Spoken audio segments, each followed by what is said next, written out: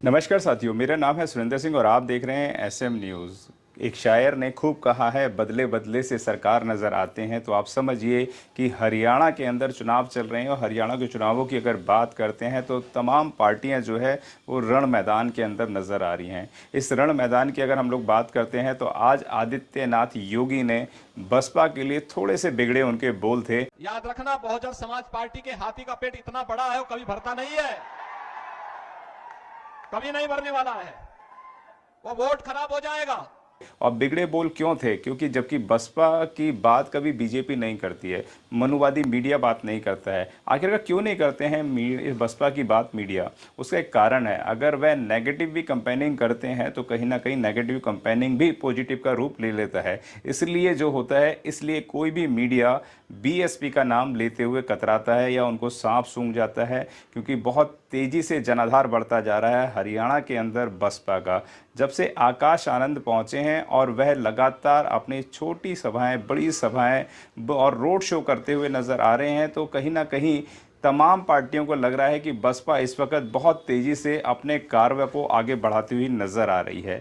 यही कारण है कि वहां पर आदित्यनाथ योगी पहुंचे। नरेंद्र मोदी क्यों क्यों नहीं पहुंचे? उसका एक कारण है कि नरेंद्र मोदी इसलिए नहीं पहुंचे हैं कि हरियाणा में किसान बहुत नाराज हैं। तो एक टेस्टिंग था कि आके योगी जी आप जाके देखें, पीछे से हम आते हैं। तो योगी जी ने जो सभा कर दी उसको नॉर्मल सभा रही, लेकिन उन्होंने कभी भी, क्योंकि जो उनका फैक्टर रहता है, वो जो बोलते हैं वह सबसे ज़्यादा बोलते हैं हिंदू मुस्लिम के ऊपर, आदित्य योगी नाथ जी जो सीएम है उत्तर प्रदेश के। लेकिन इस वक्त उन्होंने कहा है बसपा के लिए। अब बसपा के लिए अगर कह रहे हैं तो आप समझ जाइए, जिस सीट पर आदित्य योगी नाथ जी ने आज अपनी चुनावी सभा की है, वहां पर मैं आपको बता दूं बीजेपी तीसरे नंबर पर थी और बीएसपी जो थी वह दूसरे नंबर पे थी और कांग्रेस पहले नंबर पर थी। तो आपको समझना होगा दोस्तों कि यहाँ पर जो है बीजेपी इस वक्त तीसरे नंबर पर नज़र आ रही है। इसलिए वह कहीं ना कहीं दलित समीकरण को बिगाड़ने यहाँ पर हरियाणा पहुँचे हैं, यानी कि तो दलित और जाट समीकरण मिलकर कहीं बाजी ना पलट दे। इसलिए अब बीजेपी और कांग्रेस को दोनों को ही सांप सूंघा हुआ है। कांग्रेस की बात मैं इसलिए कह रहा हूँ क्योंकि कांग्रेस ने कुमारी शैलजा को जिस तरीके से उनका टिकट काटा और जिस तरीके से उनको मान सम्मान नहीं दिया, ये यूँ कहें कि हमेशा दलित विरोधी रही है कांग्रेस। ये मैं नहीं कहता हूँ, ये तमाम सोशल मीडिया पर चिल्ला चिल्ला के एक्टिविस्ट बोल रहे होते हैं, तमाम सोशल मीडिया पर बहुजन समाज के लोग बोल रहे हैं। तो यह बात समझनी होगी कि कहीं ना कहीं कांग्रेस विरोधी है और इस वक्त तो बहुजन समाज के तमाम चैनलों को पेड करके वहाँ पे बुलाया जा रहा है, वहाँ पे दिखाया जा रहा है कि हरियाणा में इस वक्त दलित मुख्यमंत्री बनेगा। यानी कि कांग्रेस इस वक्त बहुत घबराई हुई है। वह जितने भी बहुजन चैनल हैं उन चैनल्स को वहाँ पर बुलाकर पैसा दे रही है और वहाँ पर उनका पूरा का पूरा कवरेज करवा रही है और दलितों को वोटों को काटने के लिए लगातार उनको उन चैनल्स को मान सम्मान भी दे रही है। तो दोस्तों आपको समझना होगा कि बाबा साहब डॉक्टर BR अम्बेडकर ने कहा था, one party one banner one leader जिस दिन हो जाएगा उस दिन आप इस देश के शासक बन जाएंगे। अगर आप चाहते हैं इस देश के शासक बने तो आपको बाबा साहब की स्पीच नंबर 113 हमेशा याद रखनी होगी।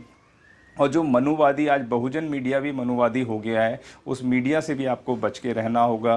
क्योंकि आज जो इस मेन स्ट्रीम मीडिया है वह तो कभी बहुजनों की बात दिखाता ही नहीं था, लेकिन जो बहुजन के कुछ बड़े चैनल्स हो गए हैं वह भी लगातार इस वक्त कांग्रेस के मुख्यमंत्री बनाने की बात कर रहे हैं कांग्रेस के ऊपर। लेकिन कभी कोई ये नहीं कह रहा है कि आपने कुमारी शैलजा को टिकट क्यों नहीं दिया, इस तरीके की कवरेज नहीं दिखा रहे हैं। तो ये कवरेज आप लोगों को समझनी पड़ेगी। साथियों, हरियाणा के अंदर जिस तरीके से इनेलो और बसपा का गठबंधन हुआ है, लोगों को पहले हल्के में लग रहा था, लेकिन इस वक्त हरा और नीला, यानी कि ज़मीन के ऊपर जो है वह हरियाली होती है, इसलिए वहाँ का जो है इनेलो का रंग हरा है और आसमान की अगर बात करते हैं तो वो नीला है।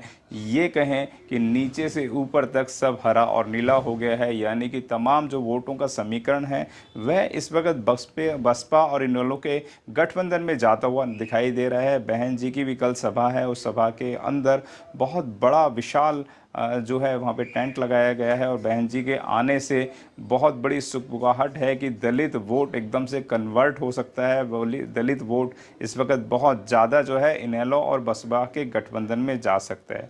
आकाश आनंद जी की अगर बात करते हैं तो आकाश आनंद ने लगातार वहाँ पे ज़मीनी स्तर पर बहुत मजबूत कर दी है, यानी कि ज़मीन जो है वो बहुत मजबूत कर दी है। और इसी ज़मीन पर बहन जी का हेलीकॉप्टर उतरने वाला है और बहन जी वह यहाँ से संबोधन करेंगी तमाम बहुजन समाज के लोगों को कि उनको क्या करना है और क्या नहीं करना है, और बहुजन समाज के लोगों की दिशा और दशा दोनों पर ही बात करने वाली हैं कि बहुजनों को किस तरीके से अपनी राजनीति को देखना होगा। तो साथियों समझिए कि इस वक्त कांग्रेस और बीजेपी दोनों की ज़मीनें यहाँ पर जो है हिलती हुई नज़र आ रही हैं और बसपा और इनेलो का गठबंधन बहुत ताकत से नज़र आ रहा है। अगर आपको वीडियो अच्छा लगता है तो इसको सबसे पहले लाइक करें और चैनल को अभी तक सब्सक्राइब नहीं किया है तो चैनल को सब्सक्राइब करें और बेल आइकन अवश्य दबाएं, क्योंकि बेल आइकन दबाते हैं आप तो आपको नोटिफिकेशन सबसे पहले पहुंचता है और आपको लगता है हमारी पत्रकारिता बिल्कुल बहुजन समाज के हित में है तो आप हमें आर्थिक सहयोग भी कर सकते हैं हमारे दिए गए QR कोड पर। मिलते हैं अगले वीडियो में। जय भीम, नमो बुद्धाय। अगर आपने अभी तक हमारा चैनल सब्सक्राइब नहीं किया है तो सब्सक्राइब करें और घंटी का बटन बिल्कुल भी दबाना ना भूलें ताकि सभी लेटेस्ट खबरें पहुंच सकें आप पे सबसे पहले।